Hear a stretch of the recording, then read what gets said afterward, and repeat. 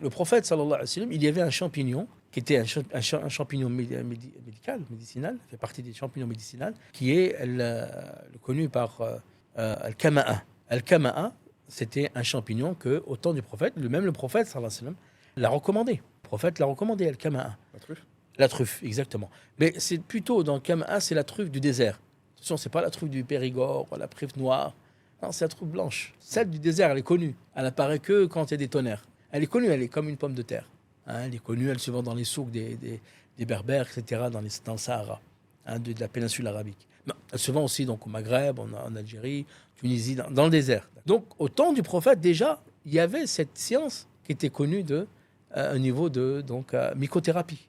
La mycothérapie était connue au temps du prophète, sallallahu alayhi wa sallam. C'était une science, la science des champignons. Et le prophète lui-même l'a conseillé. Par contre, lorsque je conseille donc à nos frères et à nos sœurs, à notre communauté, les champignons médicinaux comme le reishi, le shiitake, le maitake et autres, ce sont des sciences qui sont naturelles. Donc, ce sont naturelles et qui sont médicinales, où il y a des intérêts et des bienfaits médicinaux. Mais on n'a pas dit qu'elle fait partie de la médecine prophétique. On sait qu'elle fait partie de la médecine naturelle.